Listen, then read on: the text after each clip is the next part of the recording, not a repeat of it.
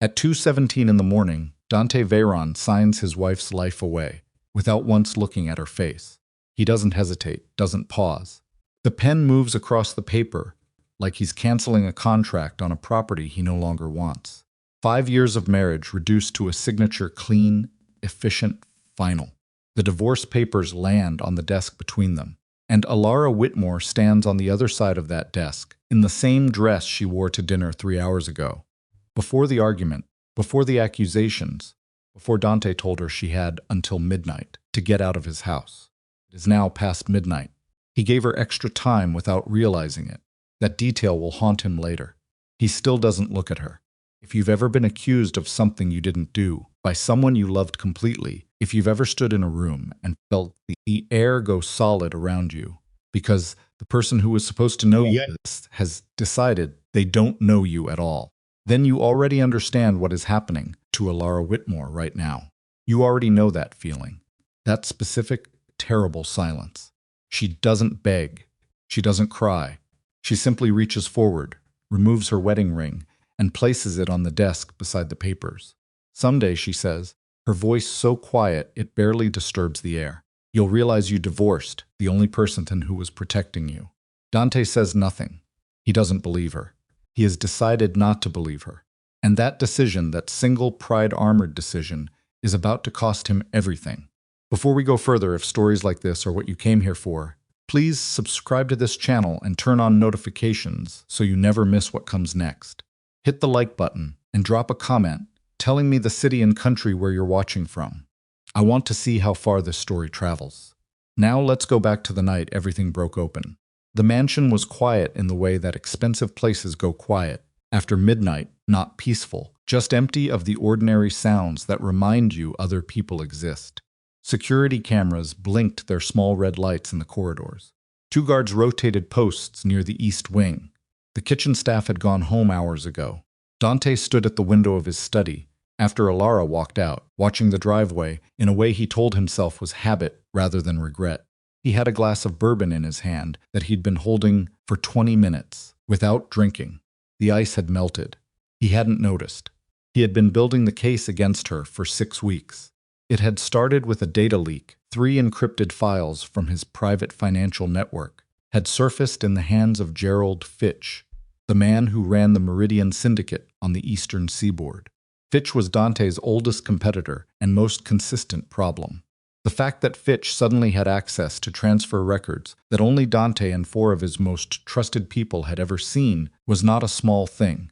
It was the kind of thing that ended organizations, the kind of thing that got people killed. Dante had ordered an internal investigation that same night. Greed. Surgical. He trusted the process because he'd built the process himself. The investigation came back with a name.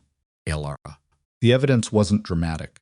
It was the opposite, methodical, boring, the kind of evidence that felt real precisely because it wasn't flashy.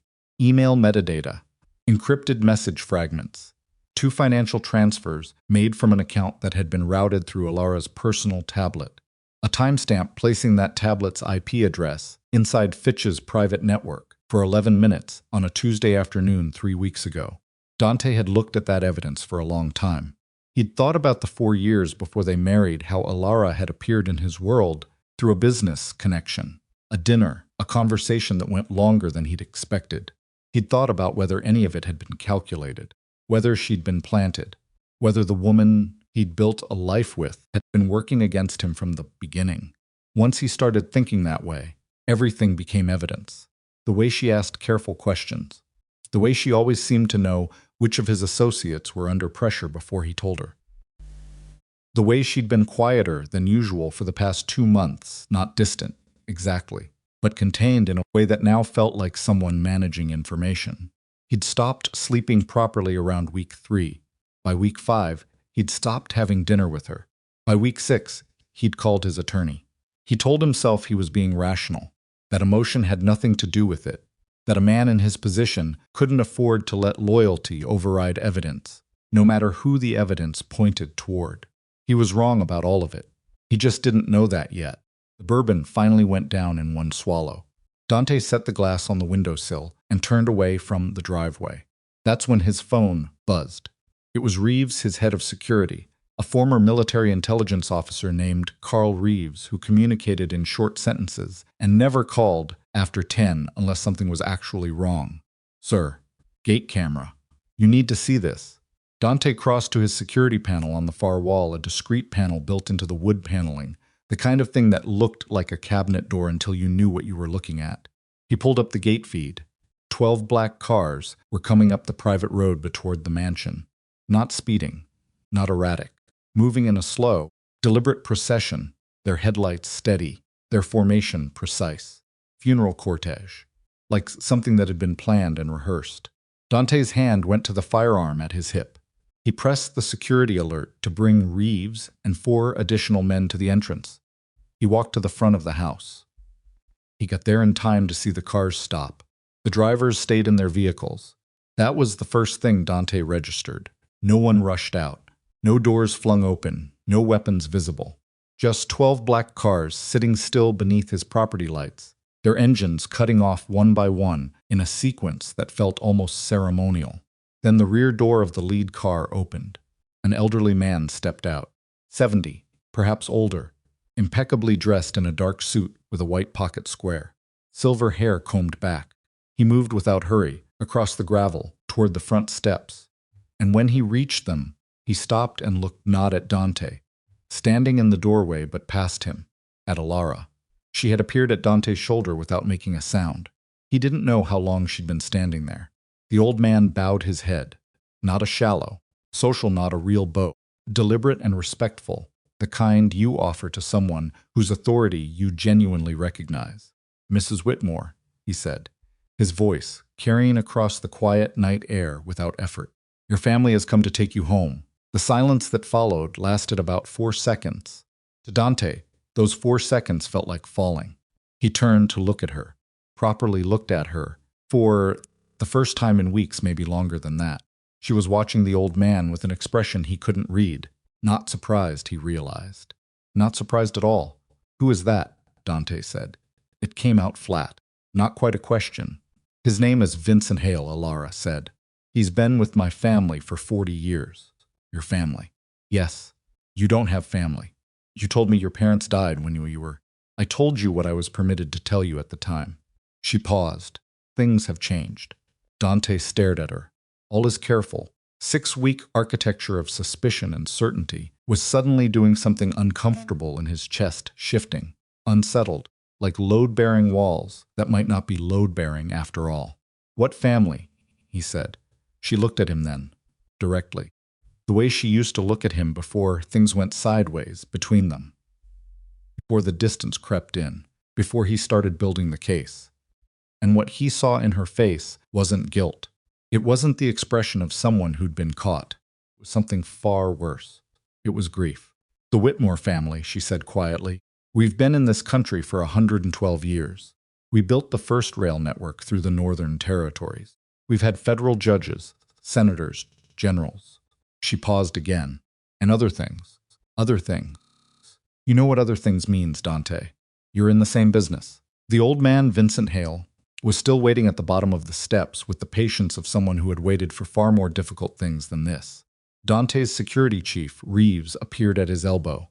Sir, he said carefully, our background system just ran the vehicle plates. Those cars are registered to holding companies tied to the Whitmore Group. We have a file on the Whitmore Group.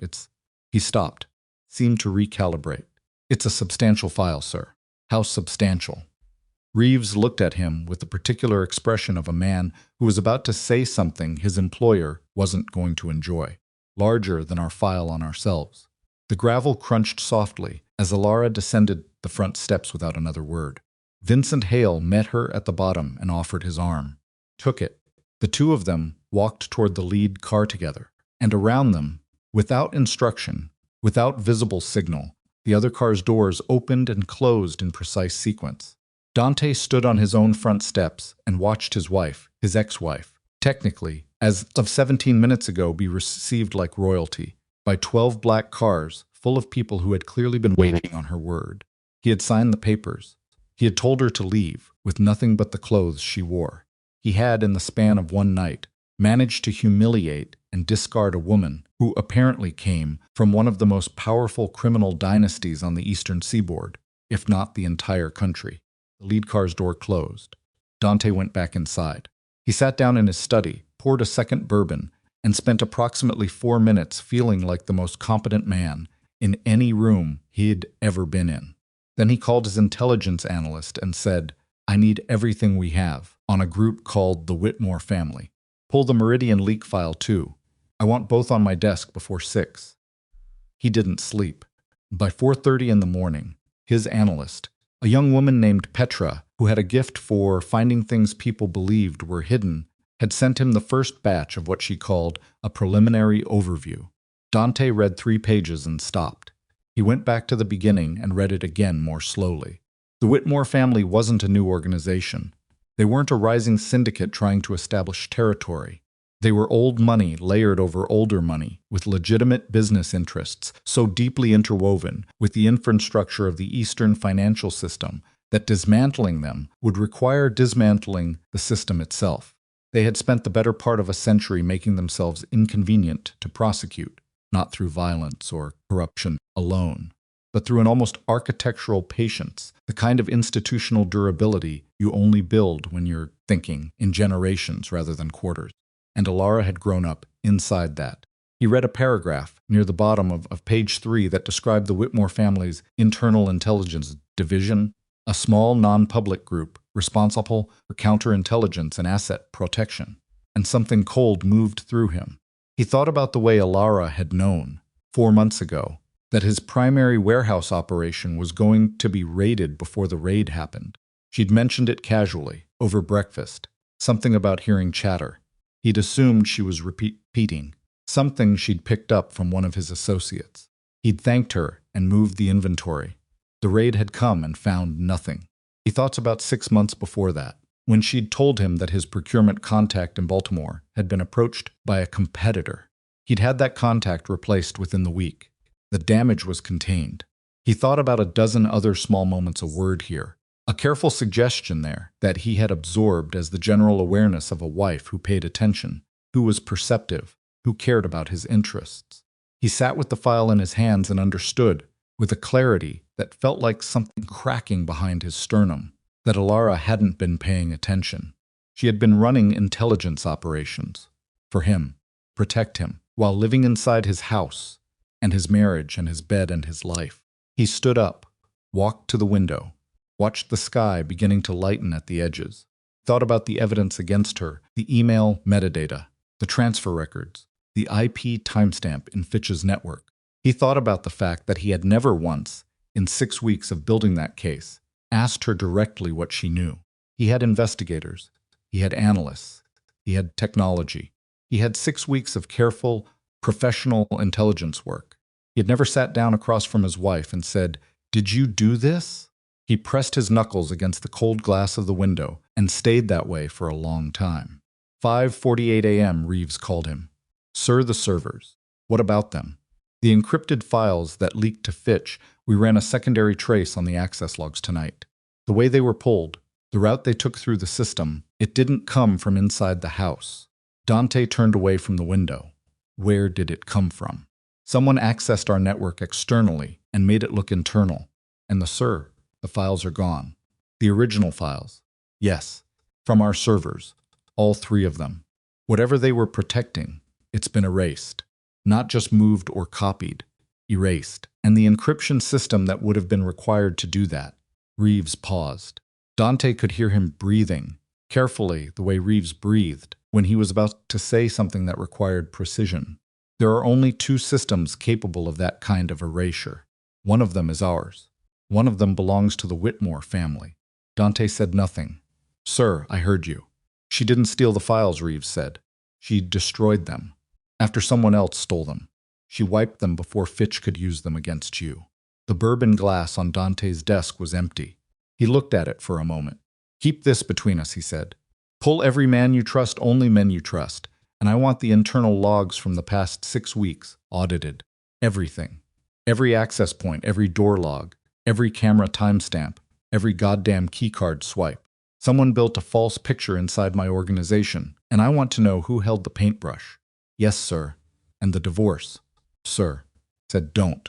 His voice came out harder than he intended. It was covering something that wasn't anger. He hung up. Outside, the first gray light of morning was spreading across his property. The gravel driveway was empty. The gate was closed. 12 black cars were gone.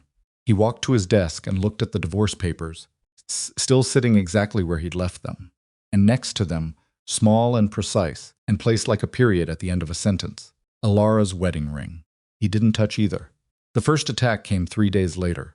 3 of Dante's secondary operations, a logistics hub in Newark, a distribution point outside Philadelphia, and a financial holding office in Lower Manhattan were hit simultaneously, within a 30-minute window, in the kind of coordinated strike that required months of planning and significant intelligence support. Dante got the call at 9:17 in the evening and had his response teams deployed within 4 minutes. His people were good. He'd spent 15 years making sure his people were good. But when his response teams arrived at all 3 locations, the attacks had already failed. Not been repelled. Failed. As in, the attacking crews had encountered redirected security, altered patrol routes, and contingency positions that someone had put in place before the attacks. Began positions that corresponded exactly to the most vulnerable entry points, which were not public knowledge, which had never been documented outside of Dante's private operational files. Someone had known where the attacks were coming. Someone had quietly reoriented his defenses without his knowledge, without his authorization, and without a single one of his security personnel noticing that anything had changed. He sat in his car outside the Manhattan office at 11 p.m. and thought about that for a long time. His phone showed 12 missed calls from associates and 2 from his attorney. He ignored all of them and called Petra. The Newark hub, he said when she picked up. Patrol pattern on the east loading bay was changed 48 hours ago. Who authorized that? Keyboard sounds on her end. A pause. I'm not finding an authorization record. Someone changed it without authorization. It looks that way. Philadelphia. The side entrance on Crane Street. Was that access point flagged in the last 2 weeks? More keyboard sounds. A longer pause. Mr. Veyron. The access point wasn't just flagged. There's a secondary security protocol logged against it 6 days ago. Someone added a failsafe. Who? The log shows an internal credentials identifier. The credentials belong to. She stopped. Say it. They belong to Mrs. Veyron. You're the former Mrs. Veyron. Alara. He closed his eyes. She had done it before she left. Before the papers were signed. Or possibly after he didn't know yet whether she'd had remote access, whether her credentials had been revoked properly, whether any of it had been handled the way it was supposed to be handled. Because in the middle of the separations, he'd been focused on the separation itself, rather than the technical details of her access privileges. Those were secondary questions. The primary question was, she had known these attacks were coming. She had known they were coming. She had known exactly where they would strike. And she had quietly, without fanfare, without telling him, rearranged his defenses to stop them, while he was building a case against her, while he was having his attorney prepare papers. She had been protecting him. He sat in the car for another 20 minutes. Then he told his driver to take him home, and on the way home he sat in the dark of the back seat and thought about 6 weeks of certainty and what certainty actually cost. Petra found the first forged document 9 days after the divorce. She'd been running the full audit Reeves had requested, pulling apart the metadata of the evidence that had implicated Alara in the Meridian leak, the email fragments, the financial transfers, the IP timestamp. The timestamp broke first. Technically, it was almost perfect. But almost perfect meant there was a seam, and Petra was very good at finding seams. The device identifier embedded in the IP log didn't match any device registered to Alara, not her tablet, not her phone, not any device that had ever connected to their home network or any of Dante's secure locations. Someone had inserted a phantom identifier, built a ghost device out of code, and logged it against Alara's profile. The financial transfers unraveled 3 days after that, routed through her personal account. Yes, but the routing architecture, when stripped back to its technical bones, came from outside. Someone with administrative access to the organization's financial network, had authored those transfers and attributed them to Alara retroactively. The email metadata was last, and it was the most sophisticated of the three. But sophistication has limits when the person looking knows what real evidence looks like versus evidence that was constructed to look real. When Petra brought all three findings to Dante in a single meeting, she laid them out in order and then sat back and waited. He read everything twice. He didn't speak. The person who built this, he said finally, had access to our financial network, our communications infrastructure, and our security credentialing system. Yes, that's a short list. Very short. And there's one more thing. She slid a final page across the desk. I cross-referenced the construction timeline for the forged evidence with the internal access logs you asked me to pull. The evidence was built over a period of about 3 weeks, mostly in the evenings, through a credential set that belonged to a senior administrative account. He looked at the page. The account belonged to Silas Mercer. Dante had known Silas for 11 years. They'd built 3 enterprises together. Silas had been at his wedding. Silas had been the one, in week 2 of the investigation, who'd sat across from Dante in this same office and said, "The evidence is clear. You know what you have to do. You can't let personal feeling cloud operational security." Dante had listened to him. He had signed the papers, partly because Silas had told him to. He looked at Silas's name on the page for a long time. Where is he right now? Petra checked her phone. Board meeting. 3rd floor. Dante stood up. He straightened his jacket. He picked up the folder with the evidence inside it and held it for a moment. Then he set it back down. "Don't tell him anything," he said. "Don't change his access. Don't alert security. I want him to believe nothing has changed." Petra looked uncertain. For how long? Dante walked to the window and looked down at the street below the ordinary traffic, the ordinary afternoon. Everything moving in its ordinary rhythms, while underneath it, all something had been quietly rotting for months. "Until I understand what he actually wants," Dante said. "'Cause a man doesn't build something this careful just to get a woman removed from a house. There's a larger play here. I need to find the edges of it before I move." He was right about that. He just didn't yet know how much larger the play actually was. Call from Alara came on a Thursday evening, 3 weeks after the divorce. He almost didn't answer. He stood with the phone in his hand for 4 rings, watching her name on the screen, and he was aware of something uncomfortable happening in the region of his chest that he didn't have language for and didn't particularly want to examine. He answered on the 5th ring. "I know about Silas," she said, without preamble. No greeting, no softening. The same direct quality she'd always had, which he had once loved without fully recognizing that he loved it. "I'm working on it," he said. "You're working on the wrong part of it." A pause. "Silas isn't the primary actor, Dante. He's the mechanism. Someone positioned him to do this. Someone with resources, with access to both your organization and information about mine, with a long enough timeline to have been planning this before we were even married." Cold feeling moved through him again. "Who?" he said. Another pause. Shorter this time. He had the sense of someone choosing their next words, not for effect but for precision. "I need you to think carefully," she said. "In the last year, the last 18 months, who has had consistent access to your most sensitive planning sessions, who has never been formally investigated, and who benefits most if the Veyron organization and the Whitmore family destroy each other in a war neither of us started." He stood in his study in the quiet of a Thursday evening, and he thought about it. Didn't take as long as it should have.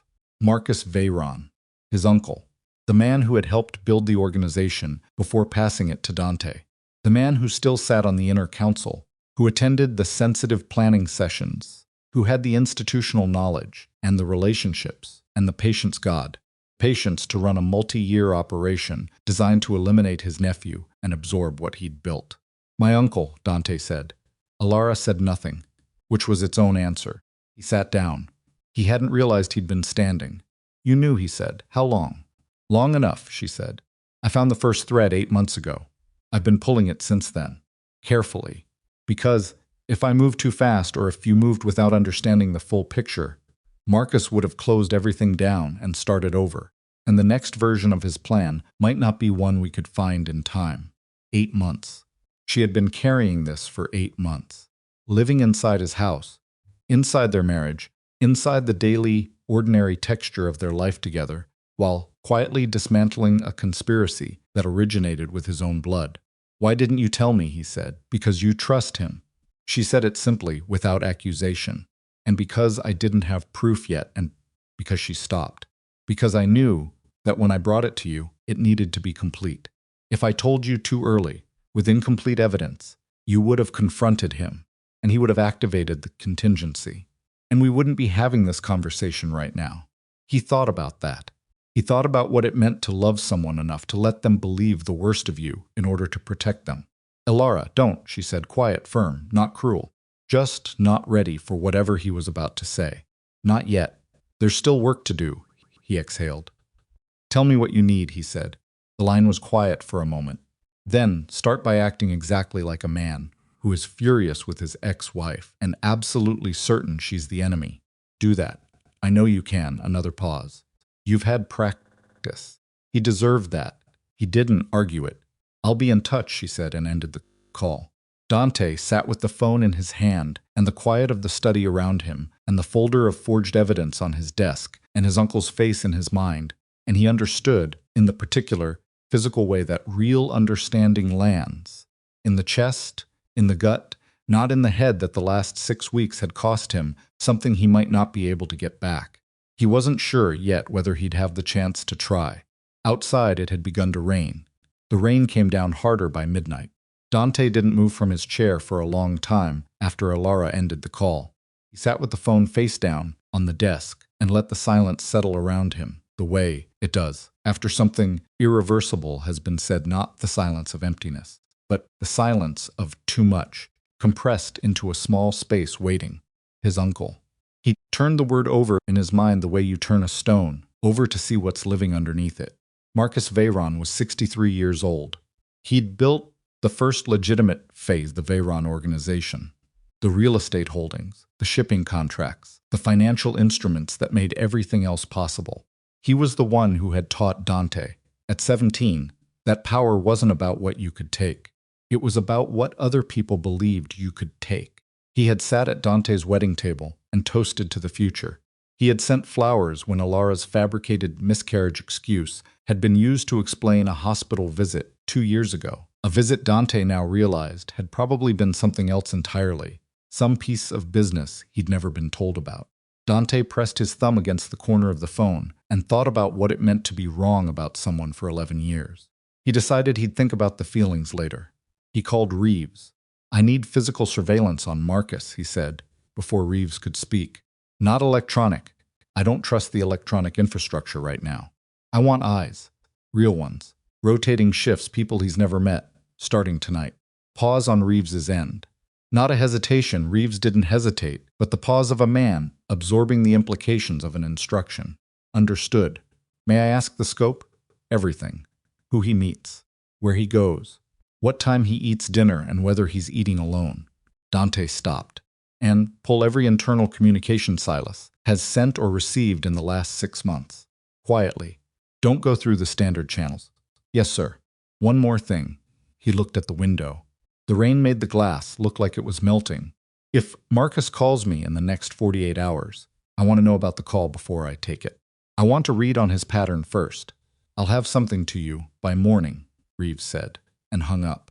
Dante sat for another moment. Then he opened the desk drawer and took out a burner phone, the kind with no history, no registration, no network footprint. He'd had it for 2 years and never used it. He'd bought it the way careful men buy insurance. Not because they expect to need it, but because the day they do need it and don't have it tends to be a bad day. He sent one message to a number Elara had given him at the end of their call. 2 words, "I'm ready." Then, he put the burner in his jacket pocket and went to make coffee, because sleeping was not a thing that was going to happen tonight. The morning arrived gray and wet and unapologetic. Silas Mercer came into the office at 8:15, which was his habit, never first, never last, always calibrated to appear reliably present without being eager. He wore a charcoal suit and carried a leather portfolio, and nodded at the front desk assistant with the particular warmth of a man who had spent years making sure the support staff liked him. Dante watched him cross the lobby on the security feed from his office upstairs. He thought about 11 years. About every meeting, every late night, every piece of advice delivered in that measured, reasonable voice that Dante had always found steadying. He thought about the night Silas had sat across from him and spread the forged evidence on the table between them and said, "You know what you have to do." Stomach tightened. He pushed it down. Silas knocked on the office door at 8:32, which was also habit a courtesy knock, brief, before entering without waiting for a response, the knock of someone who considered the door already open to him. "Morning," Silas said, settling into the chair across the desk with the ease of a man in a room he's comfortable in. "Newark cleanup is handled. The Philadelphia crew is asking about compensation for the aborted operation." "Tell them to wait," Dante said. Silas made a note in his portfolio. "The Manhattan situation, also waiting." Silas looked up. His face was good, genuinely good, well managed. The face of a man who'd had a long time to practice a particular kind of neutral. But Dante had spent 11 years reading this face, and he caught something now that he might have missed before a very small recalibration happening. Behind the eyes. "Checking." "You seem distracted," Silas said. "I'm thinking." "About?" Dante leaned back in his chair. The source of the attacks. 3 operations, 30-minute window, perfectly coordinated. That's not opportunistic. Someone built that. "We've been working the assumption it was Fitch," Silas said. "I know we have." Dante kept his voice flat, affectless, the voice of a man who is talking about a supply chain problem. "I'm starting to question the assumption." Silas was quiet for a moment. "What would you need to move off it?" "More information." Dante looked at him directly. "I want you to reach out to our contact at the Port Authority. Tell him I need a full manifest review for the last 60 days, everything coming through the Newark corridor.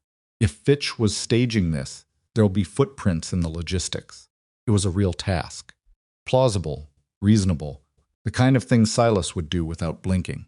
But it would take him out of the building for most of the afternoon and require him to use a communication channel that Dante's people could monitor. "Can have that by end of week," Silas said. "I need it by tomorrow." Another small recalibration. "I'll make it work." He left at 9:10. Dante exhaled slowly and called Petra. "He's heading to the Port Authority. Don't follow too close." "I want it on traffic." Not his footsteps. "Already on it," she said. The first direct contact from Alara came through the burner at 11:47 that morning. Not a call. A message he met with someone last night. "After your call." The meeting lasted 22 minutes. "I have a face but not a name yet. Working on it." Dante typed back. Description. Her response took 4 minutes. Male. Late 50s. Military posture. Scar on the left jawline. Arrived in a car registered to a property management company in Delaware. Company has 1 employee and 11 subsidiaries. He read it twice. Then he forwarded it to Reeves with a single note. Cross this against Marcus's known contacts. Go back 10 years. At 12:30, Reeves called him back. "The Delaware company," Reeves said. He was using his careful voice. The voice that meant the thing he was about to say required steadiness on both ends of the line. "It's a shell. But we found the address of record in a filing from 2019, and that address matches a logistics company that Marcus co-signed a lease for in Baltimore, which we have on file because it was flagged during a routine audit 4 years ago, and Marcus personally called off the audit. He called off the audit. He told the team it was a friendly enterprise. Nothing to look at." A pause. "We didn't look." Dante stared at the far wall of his office. 4 years, he said. At minimum. He sat with that for a moment. 4 years meant Marcus had been building this before Alara even moved into the house. 4 years meant the marriage itself might have been a factor in the plan, not a surprise to navigate, but a variable Marcus had accounted for and worked around. He thought about the man who had taught him that power was about what people believed you could take. Marcus had believed he could take everything. "Keep pulling," Dante said. "I want the full 4 years." The confrontation with Silas happened ahead of schedule. Dante hadn't planned it. He'd wanted another week, enough time to build a complete picture of the Marcus connections before Silas knew anything had shifted. But at 2:15 that afternoon, Petra sent him a message that changed the timeline. Silas's phone traffic in the last hour. He made 2 calls. First call, Port Authority contact, as expected. Second call, unregistered number, duration 9 minutes. I ran the signal origin. The call originated from a building 3 blocks from Marcus Veyron's primary residence. Dante read it standing in the corridor, outside a conference room where a routine operations meeting was about to start. He typed back, "Does Marcus know about the surveillance?" Petra's response, "Not from us." But if Silas called someone in Marcus's orbit, and that someone checked for a tail, he didn't finish reading. He walked back to his office and called Reeves on the secure line. "Pull the physical surveillance. Right now. Get the men out of position." "Sir, if they've been made, I want them invisible before Marcus can confirm it. Move." He hung up and stood in the middle of his office and thought fast. Timetable had compressed. Silas had made contact. Whether that contact had led to Marcus yet. Whether Marcus now knew Dante was looking. Whether the whole carefully neutral morning he'd constructed was about to collapse. He didn't know. He had maybe hours. Possibly less. He made a decision. When Silas came back to the building at 4 o'clock, Dante was waiting for him in the lobby. That was unusual enough that Silas's stride broke almost imperceptibly, a fraction of a beat, recovered instantly. But there, Dante caught it. "Walk with me," Dante said. They went to the small conference room on the 2nd floor, the one with no cameras, which was where Dante took conversations he didn't want recorded. Silas would know that. He'd used this room himself plenty of times for exactly that reason. Dante closed the door. "Port Authority," he said. "Spoke to them. They'll have the manifest review by Silas." Something shifted in Silas's expression. Not collapse, he was too practiced for that, but a kind of subtle bracing. The way a man looks when he's decided to hold a position under pressure. "Who did you call at 2:15? Dante said. "An associate. Routine.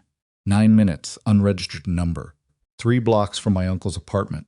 Silas said nothing. The room was very quiet. "I've been patient," Dante said. His voice was low and even, and he worked to keep it that way, because the thing happening in his chest right now was not patience. "I've been running the audit quietly. I've been giving you room. But you just used a channel I can trace, to make a call you didn't want me to know about, and I need you to understand. I need you to really understand that I know what you built. The emails, the transfers, the EP timestamp." He paused. "I know what you did to Alara." The name landed visibly. Small tightening around Silas's jaw. "That's not what happened," Silas said. "Then tell me what happened. You wouldn't understand the full picture. Try me." Silas looked at him for a long moment. And then he did something Dante hadn't expected. He sat down, pulled out the chair at the conference table, and sat in it with a kind of tired deliberateness, like a man setting down something heavy. "She was the problem," Silas said. "Not because of what she did, because of what she is, what her family is. You married into a dynasty that has been in conflict with organizations adjacent to ours for 60 years. Do you understand what that exposure means? Do you understand what it means to have a Whitmore woman inside your house, with access to your network, your operations, your mind?" "She was protecting me," Dante said. Silas stopped. "Every operation she touched, every piece of intelligence she fed me, every quiet adjustment she made to my security." Dante watched his face. "She was running protection for me, and someone built a case against her to get her out of the way, to remove the one person in my house who had the intelligence infrastructure to see what was coming." He paused. "Why would someone want that, Silas?" Silas's jaw worked. He looked at the table. "Who told you to build the case?" Dante said. "It wasn't your idea. The architecture is sophisticated enough to be yours, but the motivation isn't. You're too careful to pick a fight with the Whitmore family, unless someone convinced you it was necessary." "Who convinced you?" Silas said nothing. Was it Marcus? Still nothing. But the nothing itself was information, the precise, careful quality of it, the way Silas had stopped moving, stopped adjusting, like a man who had decided that stillness was his only remaining option. "I'm going to ask you one more time," Dante said, "and I want you to understand that what you say in the next 30 seconds determines what the next 6 months of your life look like." He let that sit. "Was it Marcus Veyron?" Silas looked up. "I want immunity," he said. The words hit the room like a drop in temperature. I want guarantees. Written guarantees. My family stays untouched. I get passage out of the city and enough to start somewhere else. He said it with the flat precision of a man who had rehearsed this. Those are my terms. Without them, you get nothing from me. Dante stared at him. He had spent 11 years trusting this man. He had spent 11 years believing that Silas's loyalty was one of the fixed things, one of the things you didn't have to check because it had proven itself over and over. And now Silas was sitting across from him in the no-camera room negotiating his exit package like a man who had been planning this conversation for some time. How long? Dante said quietly. Silas didn't answer. How long have you been working for him? I'm not discussing anything without guarantees. Silas. His voice came out rougher than he wanted. We built 3 enterprises together. I was at your daughter's wedding. Whatever Marcus promised you, he didn't promise me anything I didn't already want. Silas's voice was quiet. He showed me the math. You've been running this organization in a direction that was always going to end the same way. The Whitmore Alliance, willing or not, was going to bring federal attention that none of us survive. Marcus understood that. He was trying to take everything I built, Dante said. Silas closed his mouth. That's the math, Dante said. That's the whole equation. Everything else is justification. The exposure, the federal attention, the Whitmore risk, those are the words he gave you to use. The real plan is, he takes the organization, he takes the assets, and he starts a war between me and Alara's family, so that when the smoke clears, there's nothing left to contest. He leaned forward slightly, and you built the tool that made it possible. Silas looked at the table. I want the guarantees, he said again. You'll get your conversation, Dante said. He stood, but not tonight. He walked to the door, then stopped with his hand on the frame. Don't leave the city, he said without turning around. Don't contact Marcus again. Don't move money. Don't move people. Don't make a single call I'm not going to see. A beat. Because the only thing standing between you and what Marcus will do to you when he realizes you're a loose end is me. Think about that while you're waiting for your guarantees. He walked out. The message from Alara came at 7 that evening. I have the name. The man Marcus met last night. His name is Roland Fitch. Dante read it twice. He typed back, any relation. Her response was immediate. Gerald Fitch's older brother. Former military intelligence. He's been off the grid for 8 years.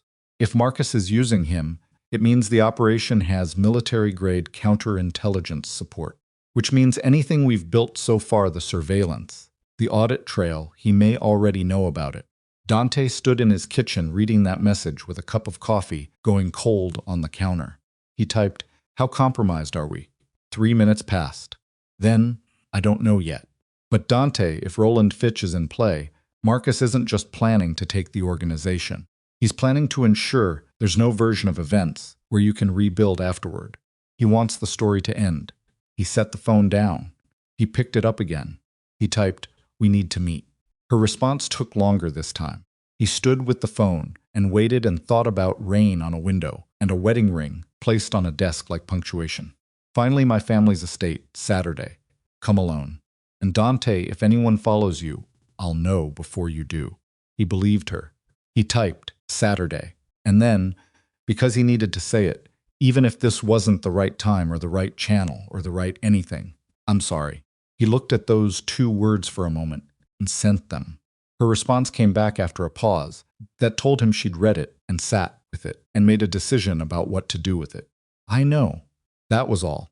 He put the phone in his pocket and stood in his kitchen for a long time, and outside the city moved in its ordinary rhythms, and didn't know that somewhere in its architecture, a very patient, very dangerous man had just learned that the 2 people he'd separated were no longer separated, which meant that everything Marcus Veyron had built over 4 careful years was now balanced on a single, fragile assumption that Dante and Alara would stay enemies long enough for the plan to complete itself.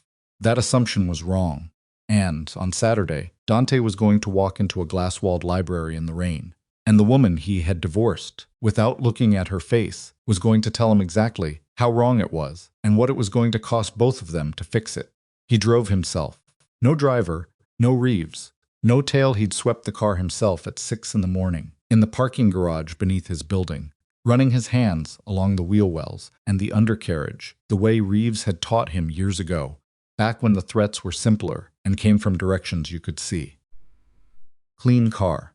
He drove north out of the city in the gray early light, with the burner phone on the passenger seat and his regular phone left behind in his apartment powered off, sitting on the kitchen counter like a trap he was declining to step in. The Whitmore estate was 2 hours from the city if you took the state road and didn't push the speed. He pushed it slightly, arrived at 9:40. The gates opened before he reached them. He didn't stop, just rolled through at a steady pace, watching the tree line on either side of the private road, noting the positions of the 2 men he spotted, and estimating the positions of the 3 more he didn't, because there were always more than you spotted if the security was worth anything. The Whitmore security was worth something. He could feel the calibration of it, the professional attention, like being looked at through glass you couldn't see. The house came into view around a bend in the road. Stone facade, 3 stories, old money in every line of it. Not the new money aggression of his own mansion, but something that had settled into its authority over decades and stopped needing to announce itself. Kind of house that had been here before he was born and would be here long after the current argument was over. Alara was waiting in the doorway. She was dressed simply dark slacks, a gray shirt, her hair pulled back, no jewelry. She looked like a woman who had decided that the morning's work didn't require any kind of performance, and the absence of performance was itself a statement. She watched him park and get out of the car and cross the gravel toward her, with an expression that was carefully neutral and not quite succeeding, because around the eyes there was something that Dante recognized after 5 years of watching that face, the particular tightness of someone who has been managing too much for too long and is running on the last of their available composure. "You came alone," she said. "You said to. I also said I'd know if you didn't." She stepped back from the doorway. "Come inside." The library was exactly as he'd imagined it from the lobby the night of the divorce. He'd caught a glimpse through a doorway and reconstructed the rest in the weeks since. Glass walls on 2 sides, floor-to-ceiling shelves on the other 2, a long table in the center that was covered now with documents, laptops, printed photographs, a whiteboard on a rolling stand positioned near the window with a network diagram that stretched across its entire surface. Vincent Hale was there, standing near the whiteboard with a coffee cup. He looked at Dante with an expression of polite estimate, not hostility, but the careful attention of a man who had spent 40 years deciding who to trust and had developed specific opinions about the process. 2 other people were in the room. A woman in her 40s with close-cropped hair who was introduced as Marsh, just Marsh, and who appeared to be in charge of the laptops, and a man roughly Dante's age, broad-shouldered, with the particular stillness of someone who had done field work and still carried it in the way he held a room. Alara introduced him as Cord. "They're mine," Alara said, which told him everything about their function, without requiring elaboration. Dante looked at the whiteboard. He recognized Silas's name, connected by lines to 3 other names he didn't know. He recognized Marcus's name at the top. He recognized the name Roland Fitch on the left side, with annotations in handwriting too small to read from where he was standing. He didn't recognize the name at the very top of the board, above Marcus written in red and circled twice. "Who is that?" he said. Alara glanced at the board. "That's where we start." She moved to the table and picked up a folder, held it for a moment without opening it. "Sit down, Dante." He sat. She opened the folder and placed 3 photographs in front of him. Surveillance shots, long lens, urban setting, timestamp in the lower corner. The first showed Marcus entering a building Dante didn't recognize. The second showed Roland Fitch at a restaurant table with a man whose face was partly obscured. The third was a wider shot of the same restaurant from across the street, and in it, visible through the window, were 4 people at the table: Marcus, Fitch, the partially obscured man, and a 4th figure whose face was fully turned away from the camera. "We've been trying to identify the 4th person for 3 weeks, Alara said. Cord ran facial recognition on every angle we had. The obstruction was deliberate, whoever they are. They knew about the camera position, which means they knew they were being watched, which means, they're running counterintelligence," Dante said. "And very good counterintelligence." She paused. "Until 4 days ago." Placed a 4th photograph on the table. It was a different location. Indoor setting, lower angle, the kind of image that comes from a concealed device rather than a surveillance. Camera grainier, slightly distorted, but the face was clear. A woman, 60 or older, white hair cut short, the angular face of someone who had once been conventionally striking and had grown into something more than that. She was looking slightly to the left of the camera, with the expression of someone making a point, and her posture of a person who was very accustomed to being the most important person in whatever room she was in. Dante looked at the photograph. He looked at it for a long time, picked it up. Her name, Alara said carefully, is Catherine Veyron. The room was very quiet. My aunt, Dante said. Your uncle's wife, Alara said. Yes. He set the photograph down. Then he picked it back up. The action was automatic, his hands making his decision before his brain had finished processing the input. Catherine Veyron had been in the periphery of his life. For as long as he could remember, not a central figure, not someone he saw often, but structurally present the way certain pieces of furniture are structurally present, so familiar, sati, that you stop registering them. She was at the important dinners. She sat beside Marcus at the events that required Marcus to appear with someone beside him. She handled the family's charitable giving, which had always seemed like the most boring possible use of the family's money, but which Dante had never examined too closely because it wasn't his money to examine. He thought about the name at the top of the whiteboard. He looked at Alara. She's been running him for at least 7 years based on what we can document, possibly longer. Alara sat down across from him, placed her hands flat on the table. Marcus is the face and the operational layer. He has the relationships, the institutional knowledge, the access to your inner circle. But Catherine is the architect. She is the one who identified the 4-year timeline. She is the one who brought Roland Fitch, and Fitch worked for her, not for Marcus, long before this started. And she is the one who decided that the Whitmore connection had to be severed before the endgame could begin. Dante stared at her. He said slowly, that you had to go. She decided I was the variable she couldn't predict, Alara said, because my family's intelligence network was the one thing her counterintelligence couldn't fully penetrate. See, she couldn't see what I knew, so she couldn't plan around it. So she had you remove me, a pause. It almost worked. He set the photograph on the table. He thought about Catherine at the wedding. The way she'd embraced Alara with the particular warmth of a woman welcoming someone into the family. The toast she'd given, brief and elegant, something about the strength of two people who choose each other. He felt something cold move through him that wasn't surprise. Surprise had left the building around the time he'd learned about Marcus, but something else. Something about the length of it, the patience, fact that a woman had sat across from his wife at a family dinner and smiled, and known that she had already set in motion the machinery that would end the marriage, destroy the trust, and clear the board. What does she want, he said. Everything your family built. That's the surface answer. Alara glanced at Vincent, who gave a small nod. The deeper answer is that Catherine's family, her birth family, before she married. Marcus had a significant stake in the original Veyron organization. Your grandfather bought them out in 1987 under terms that, depending on your interpretation, were either very favorable or deeply coercive. Catherine has been waiting since 1987. She's been waiting 38 years, Dante said. She's been building for 38 years, Vincent said. It was the first time he'd spoken. His voice was even, unhurried. Waiting implies passivity. This was not passive. Dante looked at the whiteboard, at the red circle at the top, at Catherine's name inside it. She'll know I'm here, he said. Probably, Alara said, which means the clock just moved. Yes, she held his gaze. And there's one more thing. She reached into the folder and produced a single printed page. She placed it face down on the table and kept her hand on it. I need you to be ready to hear this. He looked at her hand on the paper. Tell me. She turned it over. It was a wire transfer record. The numbers were substantial, 8 figures. Substantial. The kind of transfer that represent either a major business transaction or a significant payment for a service rendered. The origin account was one Dante didn't recognize. The destination account he recognized immediately. It was Silas's private account. He'd seen that account number in the audit files.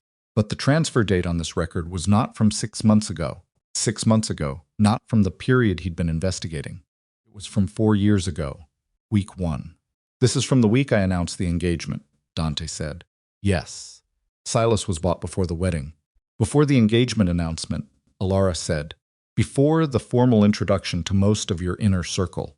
Someone told Catherine about your relationship with me before it became public. Someone who was close enough to you to know it was serious before you'd told anyone it was serious. She paused. Silas has been inside this operation from the very beginning. Everything he told you, every piece of advice he gave you during 5 years of your marriage, every time he counseled patience or action or trust or suspicion, it was managed. It was directed. She looked at him steadily. You did not have a chief strategist, Dante. You had an agent. The room held very still around him.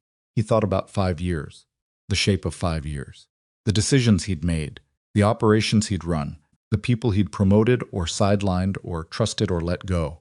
How many of those decisions had been his, and how many had been the result of advice that was pointed in a specific direction by a man who had been compromised before the marriage even happened. His hands were flat on the table. He became aware of them specifically because they were working hard to stay flat. Everything I built in the last 5 years, he said. Alara said nothing. Every strategic decision, every operational call, still nothing. He looked up at her. How much of it was real? The outcomes were real, she said carefully. The enterprises exist. The organization is functional. He steered, but he couldn't fabricate results out of nothing. That's not how it works. What he could do was influence direction, guide you toward positions that looked strong but had vulnerabilities built in, expand where expansion exposed you, contract where contraction cost you leverage. She paused. He was a very sophisticated operator, Dante. The damage is real, but it's not catastrophic. Not yet, he repeated. Catherine is going to move soon, Alara said. Now that she knows the surveillance was blown, now that she knows Roland Fitch has been identified, she'll know we're close. She won't wait for us to build a complete case. She'll trigger the endgame early. What does the endgame look like? Cord spoke for the first time. His voice was quiet and precise. Based on the financial architecture we've mapped, the endgame involves a coordinated attack on the Veyron organization's legitimate holdings, the real estate, the shipping contracts, the financial instruments. Not criminal exposure, corporate. She's been accumulating proxy votes, buying into holding companies adjacent to your legitimate interests, building a legal mechanism to force a hostile restructure. He paused. She doesn't need to destroy the organization. She just needs to make you legally vulnerable long enough to step in as a stabilizing force. The legitimate face absorbs. Marcus gets the name. Catherine gets the reality. Dante stared at him. She's going to take me down with paperwork, he said. With paperwork she's been preparing for 4 years, Cord said. The criminal exposure is secondary. It's leverage, not the primary weapon. If you fight on the criminal front, the corporate mechanism moves. If you fight the corporate mechanism, the criminal exposure moves. Can't defend both simultaneously, unless, Alara said. He looked at her. Unless we make her move before she's ready, she said. Unless we create a situation that forces her to trigger the endgame early, before the proxy mechanism is fully in place, before the corporate filings are complete. She paused. To do that, I need something from you. What? I need you to publicly announce that you're going to war with my family. The silence that followed was the loudest silence in the room so far. Say that again, he said. I need you to make a public statement through channels that will reach Catherine, Marcus, Silas, and the people connected to all 3 of them, stating that you have confirmed evidence of Whitmore involvement in the attacks on your operations, that you hold my family responsible, and that you intend to respond with full force. She kept her voice steady. I need you to look like a man who has lost control and is making an emotional decision. And what will you be doing? I'll be publicly declaring that I intend to expose and dismantle the Veyron Empire in retaliation. She didn't look away from him. We'll look like exactly what Marcus and Catherine designed us to look like. 2 people who were torn apart and are now tearing everything apart around them. And while we look like that, we'll be using everything we know about each other to dismantle everything they built. She put her hand flat on the table, 2 inches from his. Not reaching, just placing. They designed this using a version of us that doesn't exist anymore. A version where you believed the evidence and I was alone, and neither of us knew what we were dealing with. She paused. They don't know about tonight. They don't know what we know. And they absolutely don't know that we're in the same room right now. He looked at her hand on the table. He thought about 5 years. The real 5 years, not the architecture of managed decisions and steered advice, but the actual texture of it. The early mornings.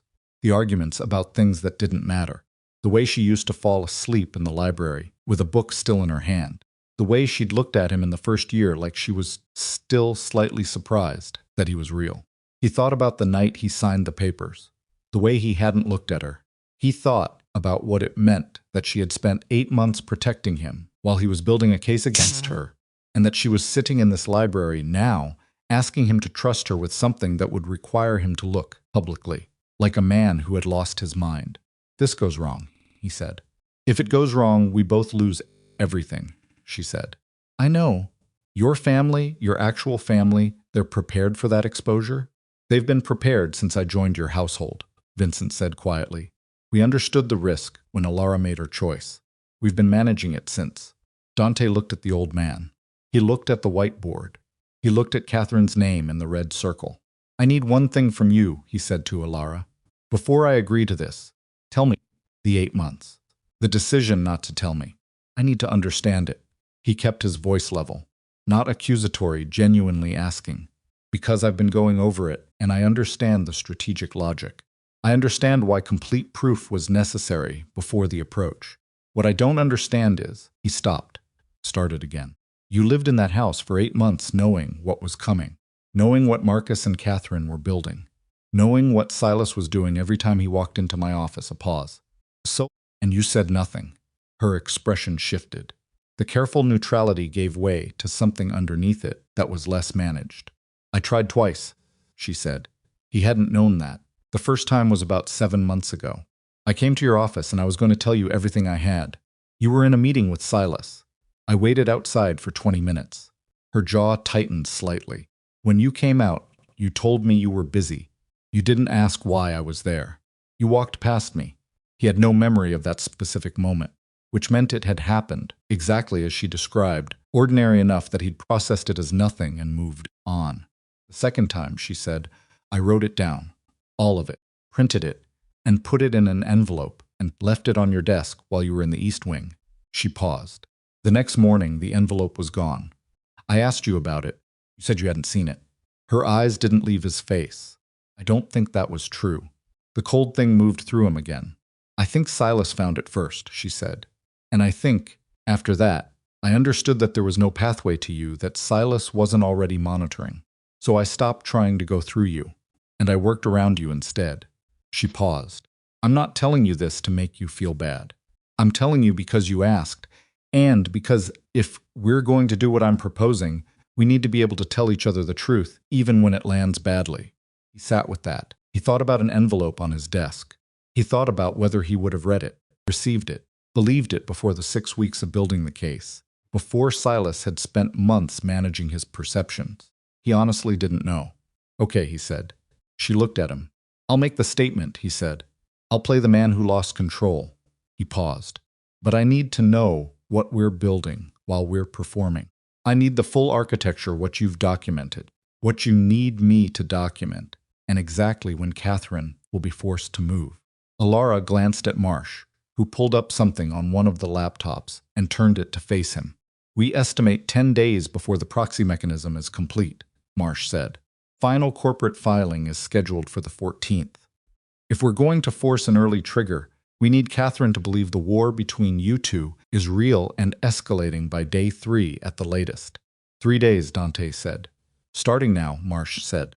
He looked at the laptop screen, at the network diagram, the financial architecture, the names and dates and connection lines, at the shape of what 4 years of patience looked like when you mapped it all at once. He thought about Catherine Veyron at the wedding. He thought about 38 years. Sailed through his nose. I need a phone, he said. Not the burner. A clean line that traces back to my actual network, something that looks like I'm calling from inside my organization. He looked at Cord. Can you build that? In 20 minutes, Cord said. Build it. He looked at Alara. And when I make the call, when I announce this publicly, I need you to be ready to respond within the hour. Fast enough that it looks reactive, emotional, like you just heard the worst possible news. I can do that, she said.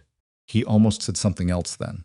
He could feel the shape of it, sitting in the back of his throat, something about the envelope, about the morning. He'd walked past her in the corridor, about the specific quality of what it meant that she had stayed and worked and protected and waited while he had been building a case against her with evidence she could have dismantled in 10 minutes if she'd chosen to. He could feel all of that wanting to come out, but she'd said not yet. She was right. There was still work to do. Tell me exactly what you need me to say, he said. She told him.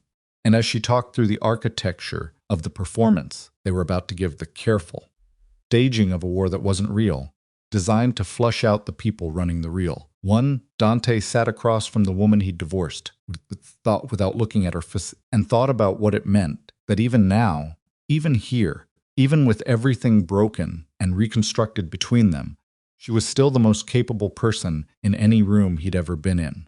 He had signed those papers without looking at her. He was not going to make that kind of mistake again. Cord returned at the 20-minute mark with a clean phone and handed it across the table without ceremony. Dante looked at Alara one more time. She nodded.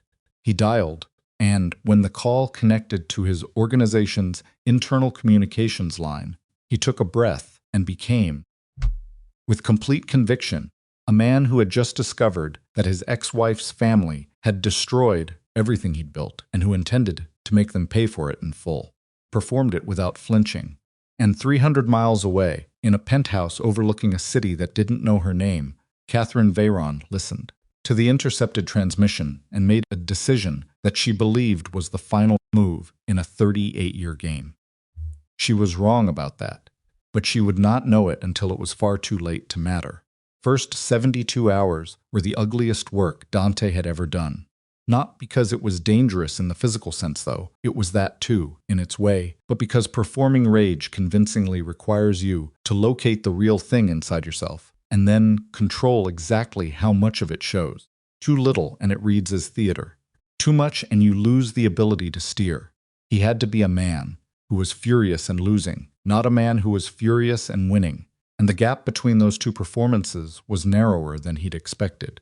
He made 4 public statements in 72 hours, each one escalating, each one calibrated, in the hours before release, in a secure channel with Alara and Marsh, and Cord the exact wording, the specific grievances, the emotional pitch that would read as authentic to anyone in Marcus's network, who was so much watching for signs of genuine breakdown. Alara responded to each one within the hour. Her statements were different from his cooler, more controlled, the tone of a woman who had decided on a specific form of devastating rather than open combustion.